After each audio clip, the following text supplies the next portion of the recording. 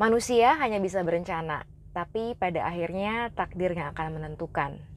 Jadi, di bulan Maret tahun ini, aku rencana mau baca 8 buku ini, tapi akhirnya yang aku baca malah 12 buku baru, dan yang selesai dibaca di bulan Maret untuk tampil di video wrap up bulan ini hanya ada 5 buku. So, here are the books that I finished in March 2022 in chronological order. Buku pertama yang aku beresin adalah Goosebumps Classic nomor 4 yang judulnya Say Cheese and Die, atau dalam versi bahasa Indonesianya adalah Bergaya Sebelum Mati.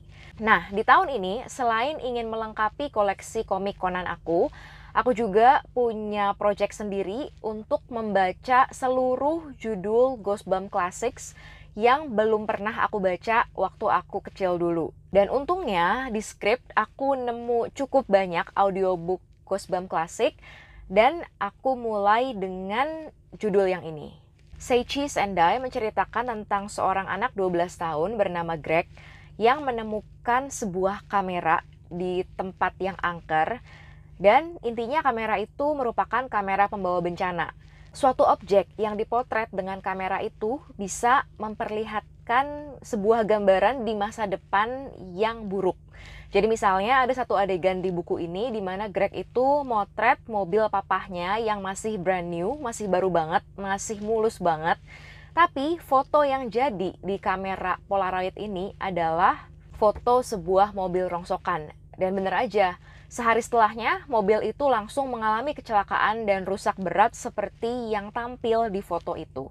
Karena settingnya itu setting tahun 1990-an, kerasa banget suasana jadulnya.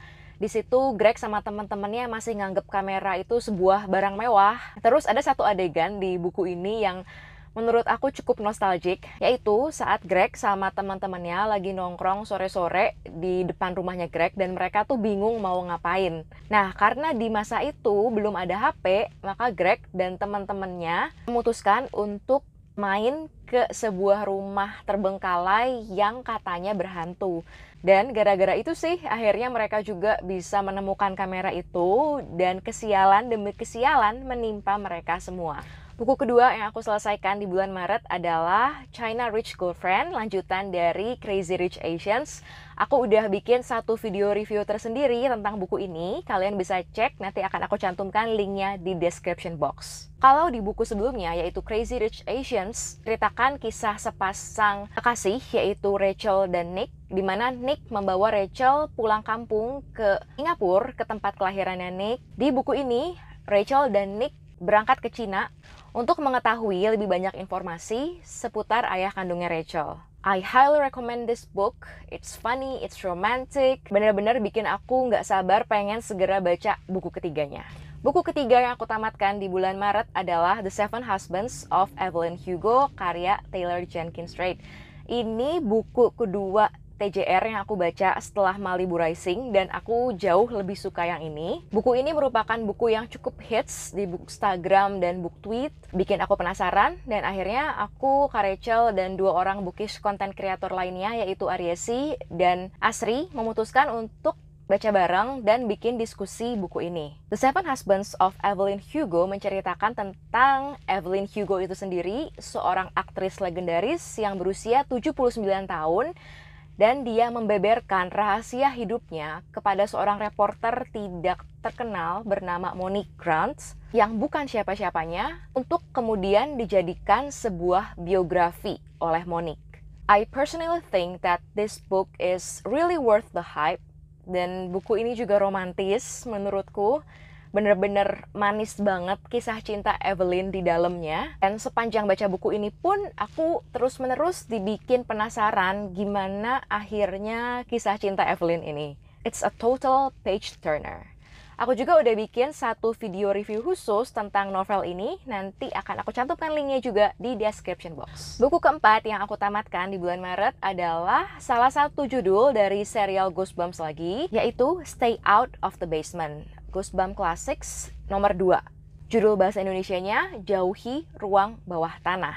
Goosebumps yang ini menceritakan tentang sebuah keluarga bernama keluarga Brewer Di keluarga itu ada 2 orang anak. Yang pertama usia 12 tahun namanya Margaret, dan adiknya yang terpaut setahun namanya Casey. 2 anak ini punya seorang ayah yang merupakan seorang ilmuwan.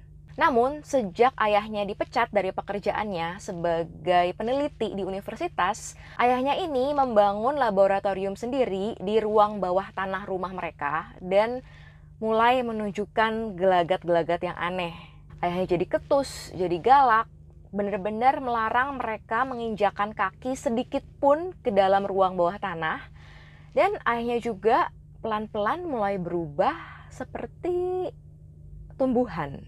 Aku baca ini di skrip dan dalam bentuk audiobook karena di sana format yang tersedia hanya audiobook. And I really think it's a nice one. Narasinya oke, terus ceritanya juga cukup bikin penasaran kira-kira kenapa sih Dr. Brewer alias ayahnya Casey dan Margaret bisa berubah jadi aneh. Terus apa yang sebenarnya terjadi di ruang bawah tanah itu bikin penasaran sampai akhir. Dan di endingnya juga ada cliffhanger khas buku-buku Goosebumps. Kalau kalian anak 90-an yang suka baca Goosebumps waktu kecil, kalian pasti tahu deh endingnya Goosebumps yang bikin kita bertanya-tanya. Buku kelima yang aku selesaikan adalah Petualangan Jack dan Piggy Natal. Atau dalam bahasa Inggrisnya yang aku baca di Kindle adalah The Christmas Pig. Buku ini ditulis oleh J.K. Rowling. Aku baca buku ini karena penulisnya, tapi setelah baca bukunya, menurut aku buku ini emang bagus banget sih. Jadi meskipun buku ini adalah buku anak-anak, tapi menurutku semua orang yang baca buku ini, termasuk orang dewasa ataupun lansia mungkin, bakal tetap bisa menikmati buku ini dan mungkin sama seperti aku bisa ikut nangis terharu karena menurutku buku ini tuh heartwarming banget. Singkatnya, buku ini menceritakan tentang seorang anak laki-laki berusia 7 tahun bernama Jack yang punya mainan kesayangan, mainan boneka babi dari dia bayi, dan boneka babi itu diberi nama DP atau Door Pig. Di usianya yang ke-7 tahun, sehari sebelum Natal, di tanggal 24 Desember siang hari, DP hilang. Dan benar-benar hilang, gak bisa ditemukan meskipun kakeknya Jack udah berusaha keras mencari DP. Dan Jack ini sedih banget karena ikatan dia sama DP itu begitu kuat. Kalau kalian punya anak kecil yang punya mainan kesayangan, atau kalau waktu kecil sendiri kalian pernah punya benda kesayangan, kalian pasti bisa merasakan betapa betapa perihnya, betapa sedihnya hati Jack begitu tahu mainan kesayangannya itu hilang dan gak bisa ketemu lagi. Akhirnya kakeknya Jack ini langsung ngebeliin Jack boneka babi pengganti yang dikasih nama Christmas Pig sama kakeknya ini. Belakangan Jack sendiri mengubah nama Christmas Pig itu menjadi CP. Waktu baru menerima CP, Jack ini benar-benar nggak terima karena dia itu sayang banget sama DP dan bagi dia DP itu nggak bisa digantikan oleh siapapun. Akhirnya di malam Natal itu Jack pergi tidur dalam keadaan sedih dan dia dibangunkan oleh CP yang ternyata hidup. Dan di situ Jack baru tahu bahwa setiap malam Natal bisa terjadi keajaiban yang gak mungkin terjadi di malam-malam lainnya. Dan CP bilang ke Jack bahwa hanya di malam Natal itulah Jack bisa mendapat kesempatan untuk menemukan DP kembali. Ternyata kalau ada barang-barang yang hilang di dunia manusia, barang-barang itu akan berpindah tempat ke sebuah dunia yang bernama The Land of the Lost. Dan CP mengajak Jack untuk pergi ke dunia itu untuk mengembalikan DP. Aku suka banget sama konsep dunia The Land of the Lost ini. Jadi ada kota-kota kecil di sana yang ditinggali oleh barang-barang yang hilang di dunia manusia. Dan setiap kota punya ciri khasnya masing-masing. Dan yang uniknya lagi, di sana itu nggak cuma ada benda-benda yang hilang, tapi ada juga hal-hal lain yang tinggal di sana, padahal mereka itu bukan benda fisik. Misalnya, ada yang namanya kebiasaan buruk atau bad habits. Jadi, saat seseorang kehilangan kebiasaan buruknya di dunia nyata, si kebiasaan buruk itu akan muncul di Land of the Lost. Misalnya, kebiasaan untuk membuli seseorang, kalau hilang di dunia manusia, di Land of the Lost dia akan muncul dalam wujud kepalan tangan. Kalau nggak salah di buku ini tuh bullying hands atau apa gitu namanya, nama makhluk si kepalan tangan ini. Terus selain kebiasaan buruk, kita juga bisa menemukan power, hope, ambition, pretense dalam Land of the Lost ini. Dan aku suka banget sama konsep itu. Karena buku ini tuh berkesan banget buat aku, benar-benar heartwarming dan bikin aku nangis. Aku rencana mau bikin review tersendiri tentang buku ini, entah itu dalam bentuk video YouTube kayak gini atau mungkin di Instagram. Kalau kalian suka konten books wrap up kayak gini, kalian bisa cek video aku yang ini dan ini. See you there. Bye-bye.